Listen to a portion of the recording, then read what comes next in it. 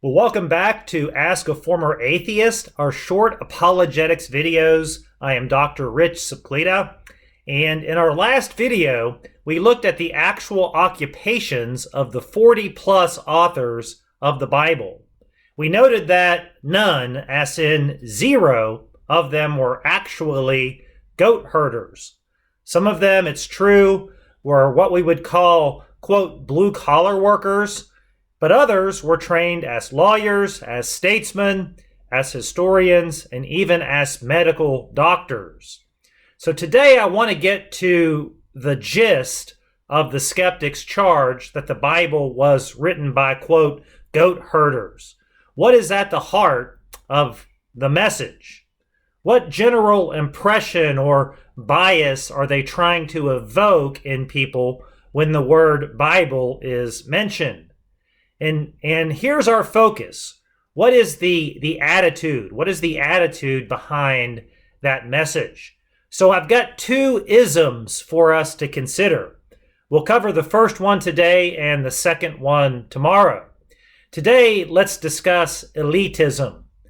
Now, what do I mean by elitism in this context? I'm referring to the implication that we now have much superior ways of thinking about the world.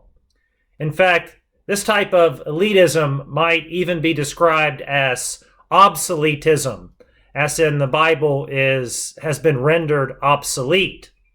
The attitude is that various fields of study, like science and technology, philosophy, anthropology, psychology, and so forth, have led to vastly superior appraisals of the human condition.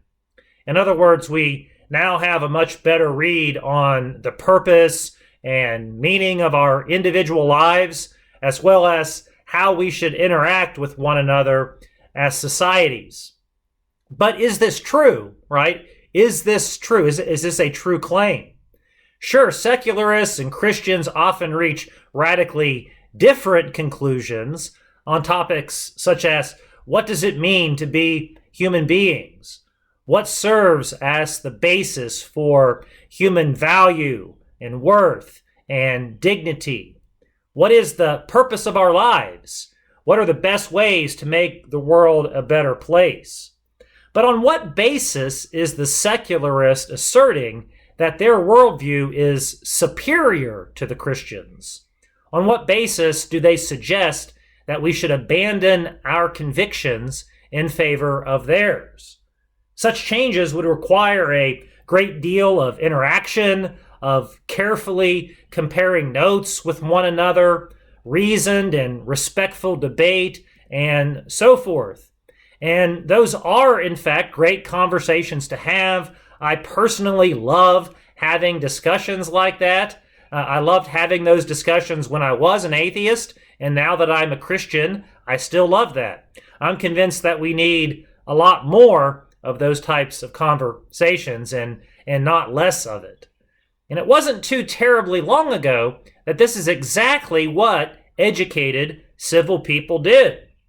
Now, I plan to take on some of those very issues in future videos. I have a great talk on what it is that makes humans fundamentally different from any animal in the animal kingdom. So we will get into that. I'm convinced that the atheistic / evolutionary model fails to give a reasonable explanation for these vast differences. So we'll get into that in the near future. For now, let me just say this. As a former university professor and public thinker, I'm convinced that the out-of-hand dismissiveness and discouragement of critical thinking that memes like this reinforce is a big, big step in the wrong direction. It encourages a type of what I call automatic thinking, or perhaps more accurately, we would say non-thinking.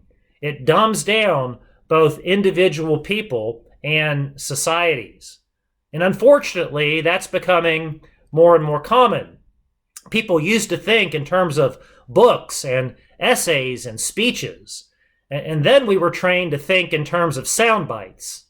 And today, even a 20-second soundbite is considered far too long. Today, our thinking is dumbed down into memes like this one. The Bible was written by a bunch of stupid goat herders. Okay? Well, memes have their place. I'm not anti-meme. I find many memes to be quite humorous, and I even share memes pretty frequently myself. But I would say this: memes cannot substitute for a reasoned deconstruction of a complex idea or an entire system of thought. So the take-home message of memes like this one is it just amounts to a callow, infantile, Christianity is dumb and Bible-believing Christians are just big fat dummies. Na na na na na na. Where does that really get us? How does that advance the dialogue? How does that advance our understanding of complex ideas? Obviously, it doesn't.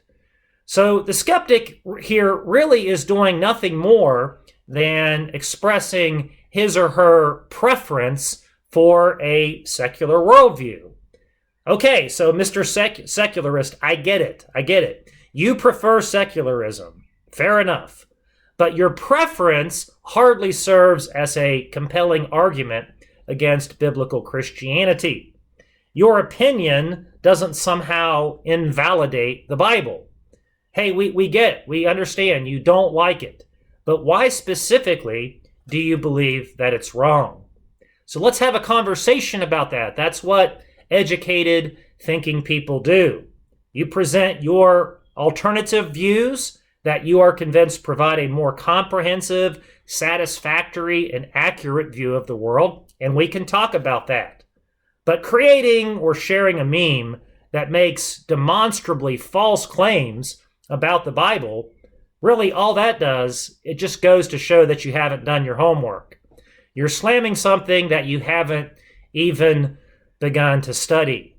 In a word, actually in 2 words, do better. This is Dr. Rich Suplita for Ask a Former Atheist. God bless you, and we'll see you again tomorrow.